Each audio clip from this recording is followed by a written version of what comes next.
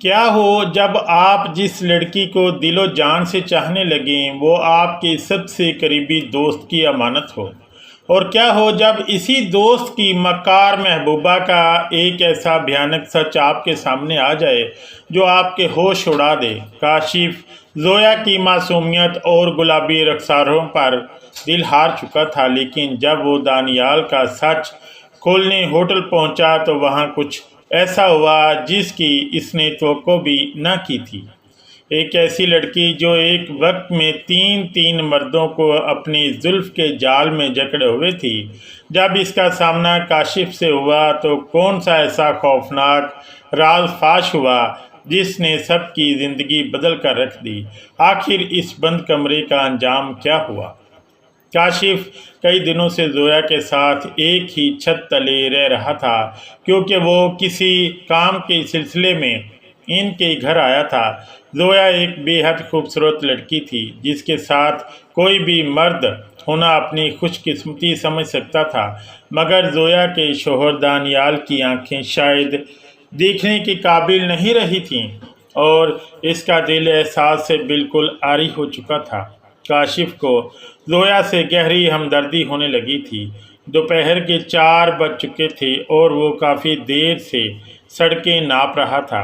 پھر اس نے گاڑی کا رخ زویا کی ایک دوست کے گھر کی طرف کیا اور وہاں سے زویا کو واپس گھر لے آیا۔ گھر پہنچنے کے بعد زویا اپنے کاموں میں مصروف ہو گئی اور کاشف بھی زیادہ دیر تک اپنے کمرے میں ہی رہا۔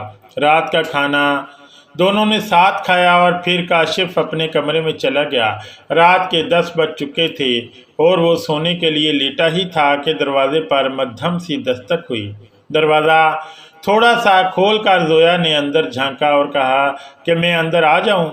کاشف نے اس بات میں سر ہلا دیا۔ زویا پھر شرمیلی سی ہو کر بولی کہ میں تھوڑی دیر یہیں بیٹھ جاتی ہوں کیونکہ مجھے نیند نہیں آ رہی اور ڈر بھی لگ رہا ہے۔ زویا ریشمی گاؤن پہنے کمرے کے وسط میں کھڑی تھی۔ اس کے بال پونی ٹیل کی قید میں مسا رہے تھے اور پلکیں آرزو پر لرز رہی تھیں۔ کاشف نے بھاری اور خمار آلود آواز میں کہا کہ تم جاؤ اپنے کمرے میں وہاں آتا ہوں۔ زویا باہر نکل گئی تو کاشف اٹھا اور تپتے ہوئے چہرے کے ساتھ اس کے کمرے کی طرف بڑھا۔ زویا کے واپس اپنے کمرے میں جانے کے بعد کاشف آہستہ سے اٹھا، چپل پہنی اور دروازے کی طرف بڑھا تو اس کے بدن پر چیونٹیاں سی رینگتی محسوس ہو رہی تھیں۔ اس نے دروازے کے سامنے کھڑے ہو کر ایک لمبی سانس لی اور دروازے کو ہلکا سا دھکیلا۔ وہ حسب توقع کھلا ہوا تھا۔ اس نے قدم اندر رکھے اور دروازے کو اپنے عقب میں بند کر دیا۔ وہ کمرے کے وسط میں بے چین سی ٹہل رہی تھی۔ کاشف کو دیکھ کر نروس انداز میں مسکرائی اور بولی کہ مجھے آج بہت ڈر لگ رہا ہے۔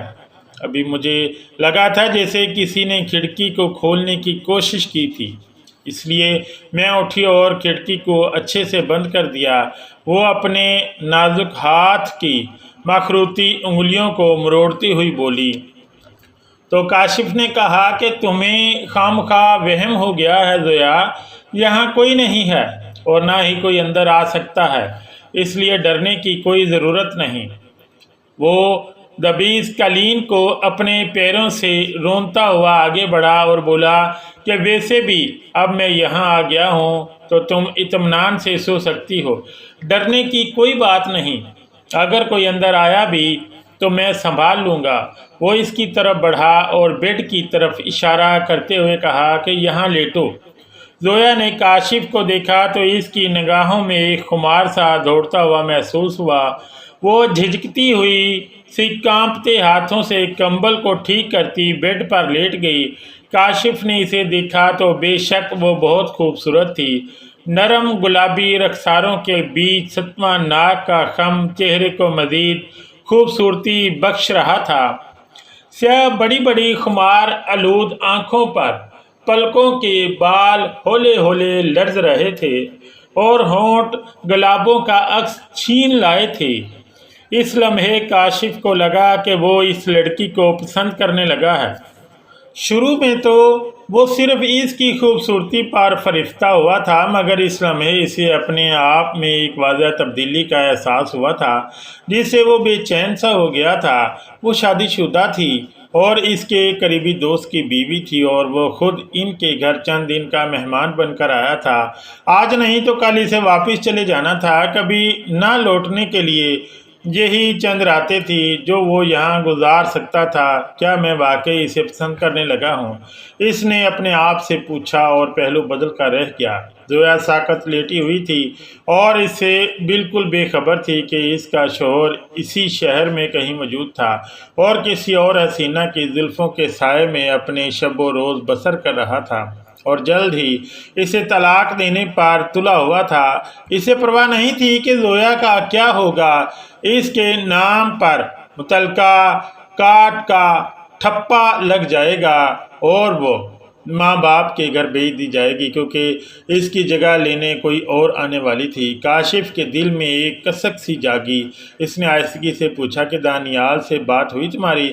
وہ بولی کہ ہاں، صبح ہوئی تھی، 10 بجے کے قریب فون کیا تھا میں نے انہیں۔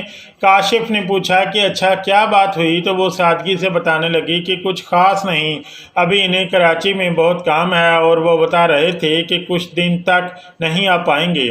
اس کا شوہر اسے صاف دھوکہ دے رہا تھا، مگر وہ اس پر یقین کیے جا رہی تھی۔ اگر کاشف اس وقت زویا کے کمرے میں موجود تھا تو وہ بھی اس کے شوہر کی وجہ سے۔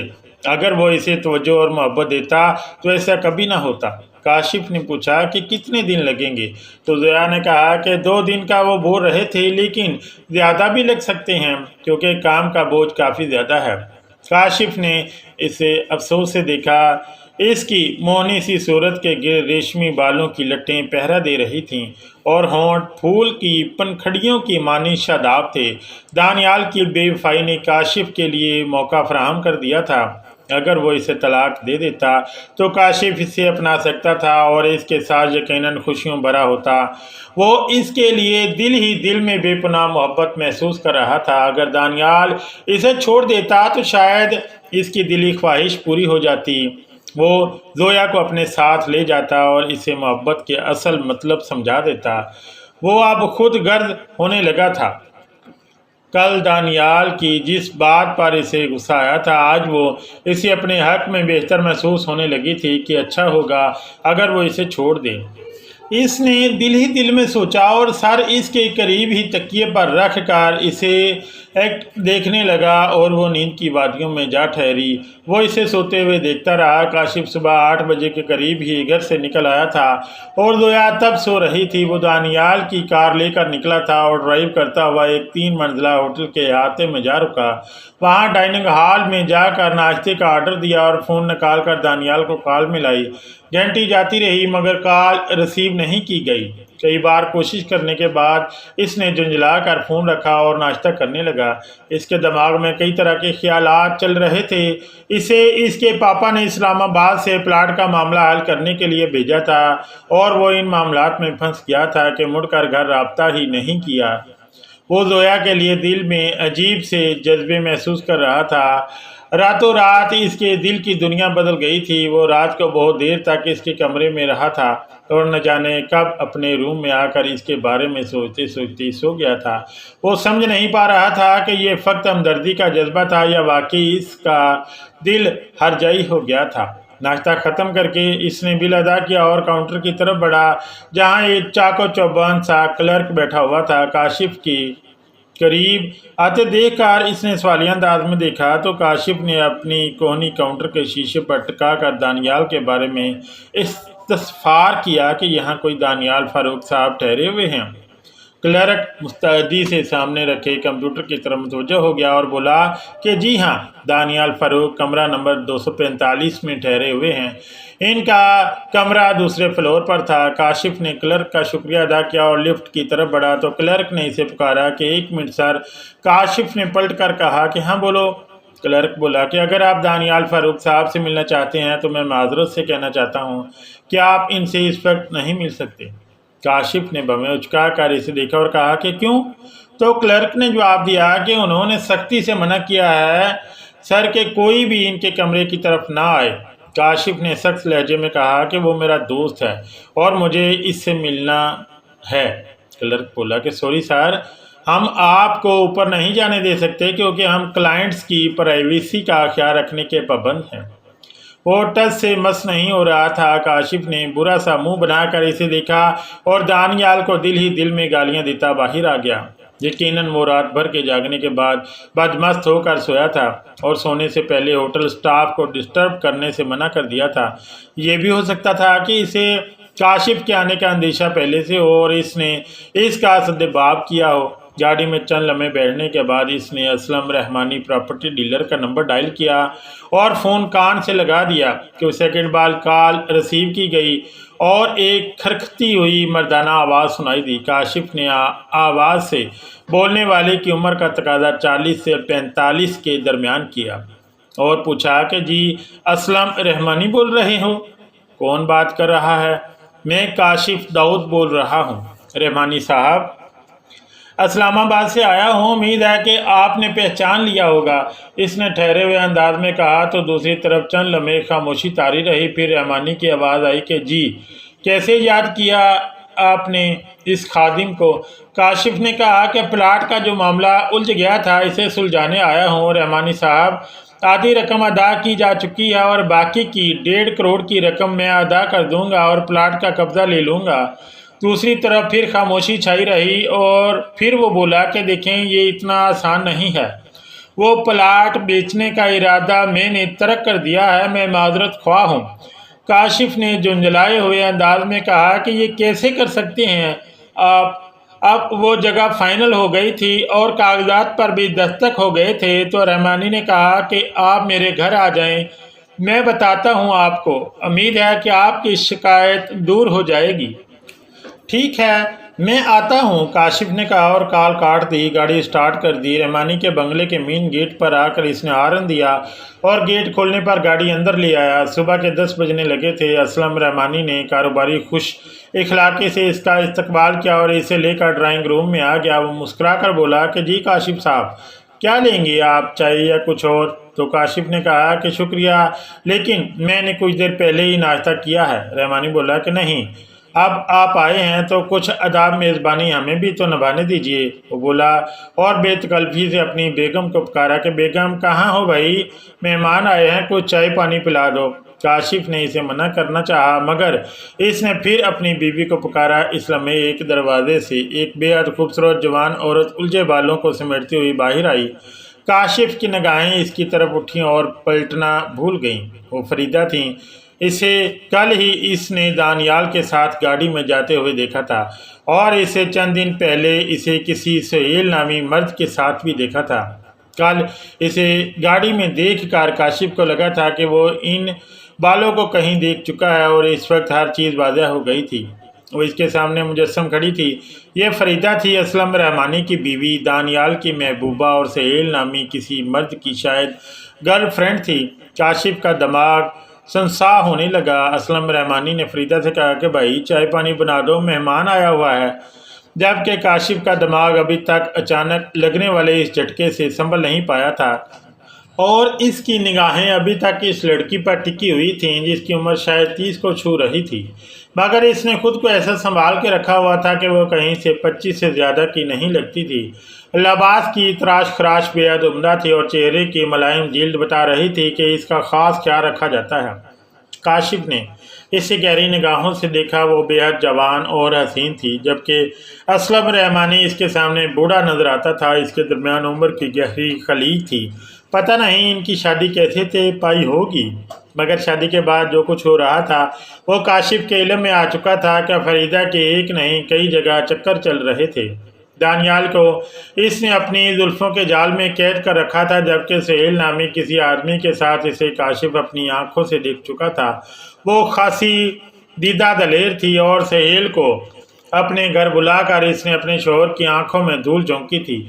فریدہ نے کہا کہ ٹھیک ہے، میں چائے لاتی ہوں، اور ایک چھٹی ہوئی سی نگاہ کاشف پر ڈال کر کچن کی طرف چلی گئی۔ جی کاشف صاحب، اسلم رحمانی نے کھنگار کر گلا صاف کیا کہ مجھے پتہ ہے آپ بہت دور سے اس چھوٹے سے مسئلے کو حل کرنے کے لیے آئے ہیں۔ کاشف نے کہا کہ جی ہاں، مجھے آنا پڑا۔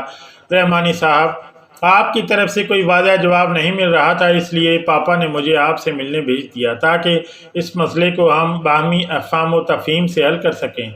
رحمانی نے کہا کہ لیکن مسئلہ تو حل ہو چکا ہے کاشف صاحب۔ کاشف نے پوچھا وہ کیسے؟ تو وہ اطمینان سے بولا کہ میں نے آپ کو بتا دیا تھا فون پر بھی کہ وہ پلاٹ بیچنے کا ارادہ میں نے ترک کر دیا ہے۔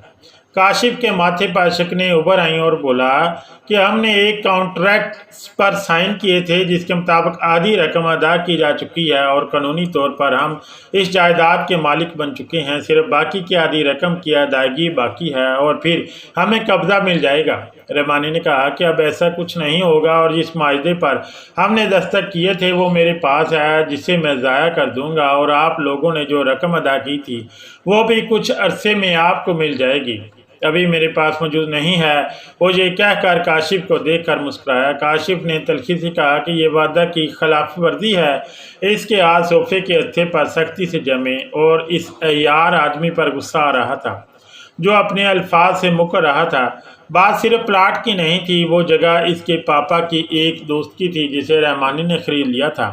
پاپا اس میں بہت پہلے سے دلچسپی رکھتے تھے اور راوی روڈ کی یہ لوکیشن انہیں بہت پسند تھی۔